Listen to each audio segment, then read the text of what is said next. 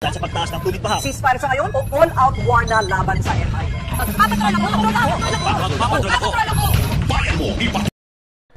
Ano nga bang problema ng Pilipinas? Pulube, tsaka traffic. Masyadong maraming tao, mainit, and traffic. Tapos yung mga lasing, nag-inuman kahit anong araw, kahit wala ko siya. Tapos yung huli, siguro yung traffic. I got my first license yesterday, but I still hate Filipino traffic. Traffic! Traffic! Traffic.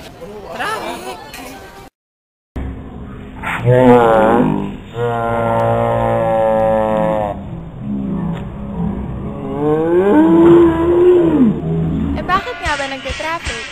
Sa Pilipinas, sa dami ng sign na no parking, ganun din kadami ang kotseng nakapark.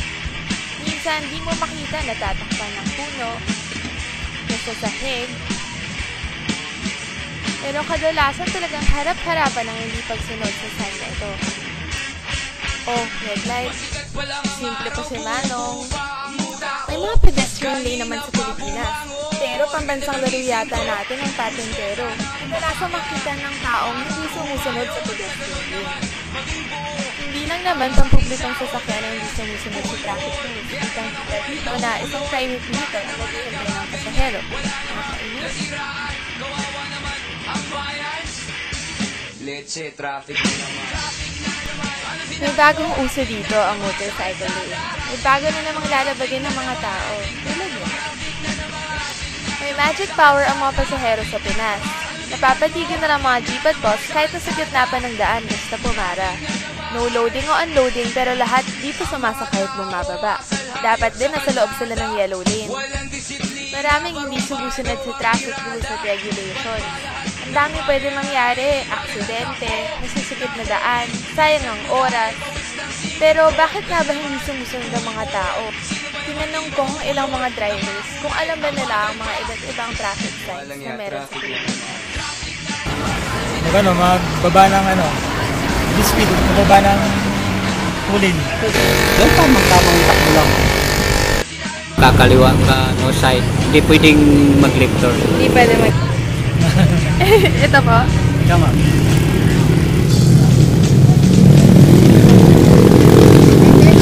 Ang kapag liliko ka, kunyari liliko ka sa kaliwa, dapat naka-ready ka na sa kaliwa. Tapos naka-signal light ka na, paligo ka. Okay. Ano ba? Ito. Ito po.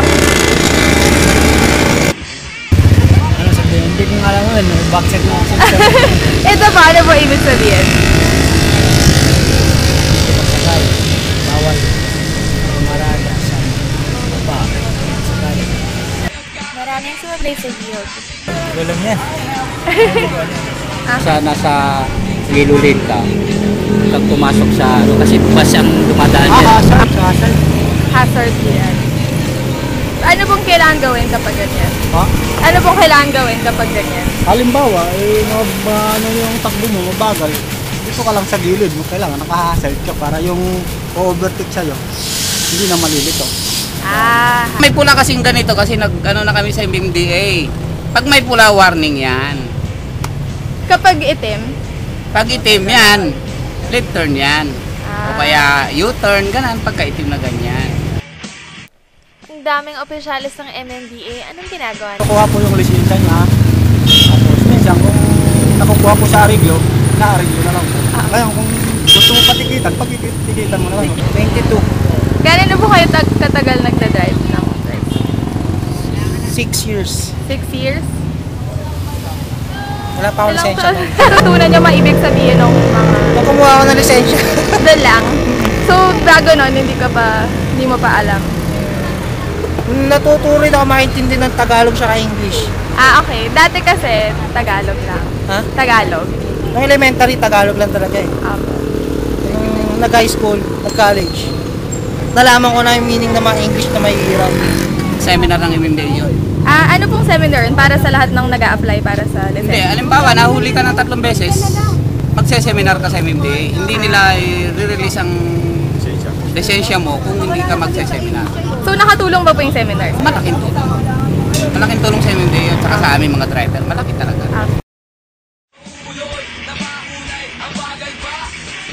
Walang ya, traffic na naman.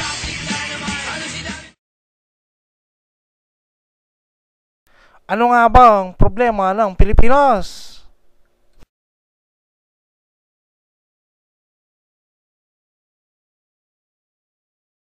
Ano nga ba ang problema ng Pilipinas?